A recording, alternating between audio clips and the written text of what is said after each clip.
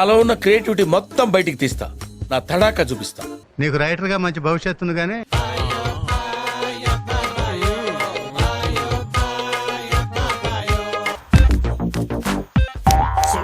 Future ఉంది. Go. ఈ అబ్బాయి ఏం చేస్తున్నాడు చూడండి. ఒక్కటి కాదు, రెండు కాదు, గడిచిన 5 సంవత్సరాలుగా నొక్కండి, లింక్ నొక్కండి. అసలు ఈ కంప్యూటర్స్ అన్ని కలిసి కట్టకట్టుకుని పేలిపోతే కన్నా జీవితానికి మనశ్శాంతి ఉండదు. ఆధార్ కార్డు ఇవ్వండి, పాన్ కార్డు ఇవ్వండి, బ్యాంక్ డీటెయిల్స్ ఇవ్వండి, లింక్ నొక్కండి. Information is wealth. ఇదిగోండి 500, ఇదిగో 500, నొక్కండి. సాబ దొబ్బి వదులుతున్నారు యువతని. బాబాయిలకి చెప్పి నీ డ్రామాకి తెరదించేదాకా ఈ చంటబ్బాయి నిద్రపోడు, కోతిలా రెచ్చిపోతాడు. వాళ్ళు ఊరుకుంటారా? నీ అమ్మ మా అన్న చెప్తుండే కదా నొక్కేస్తారు.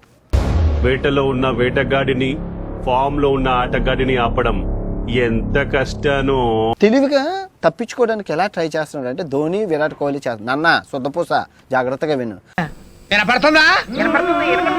ధోని, విరాట్ కోహ్లీ నుంచి అంత నువ్వు మొగడు కాదు.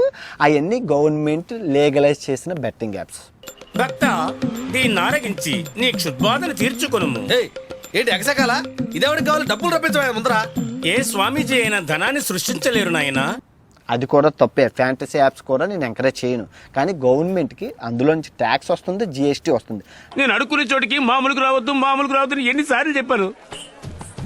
నాకంటే ఎక్కువ సంపాదిస్తున్నానన్న పొగరా ఉండరా, నీ పని చెప్తాను. ₹1,00,000 పోతే గవర్నమెంట్కి 30,000, ₹1,00,00,000 పోతే గవర్నమెంట్కి 30 లక్షల లాభం ఉంది. గవర్నమెంట్కి ఎంతో కొంత ఆదాయం ఉంది. కష్టపడి పని చేస్తే మనకి వ్యాపారులందరూ కలిసి ఇచ్చే రివార్డ్ అనుకో.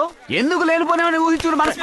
నువ్వు ప్రమోట్ చేసిన బెట్టింగ్ యాప్ ఎక్కడ ఉందిరా? ట్యాక్స్ లేదు, జిఎస్టీ లేదు, మొత్తం నీ అకౌంట్లోకే. అట్లా అరుస్తాడు ఎందుకు? దున్నపోతు జెండాను అడ్డం పెట్టుకుని వాడు చేసే అట్టహాసానికి ఒంట్లో రక్తం గట్టగడుతుందయ్యా. ₹1,00,00,000 పోతే తమలో 30 లక్షలు. అంటే ఆ ట్యాక్స్ జిఎస్టీ ఈడు దొబ్బేస్తున్నాడు. నమో నమః నమో నమః నమో నమః నమో నమః నమో నమః నమో నమః. అయ్యో మామూలుగా కాదు, మనోడు 30 కోట్లు సంపాదించారు. టైటిల్ పేదవాడు బ్రాకెట్ లో రిచ్ మ్యాన్. జాగ్వార్ కార్ చెప్తుంది ₹1,00,00,000, ₹1,50,00,000 ఇల్లు చెప్తుంది. తోటమాలి, వంటవాడు, ఆఖరికి కార్ డ్రైవర్ కూడా పేదవాడే.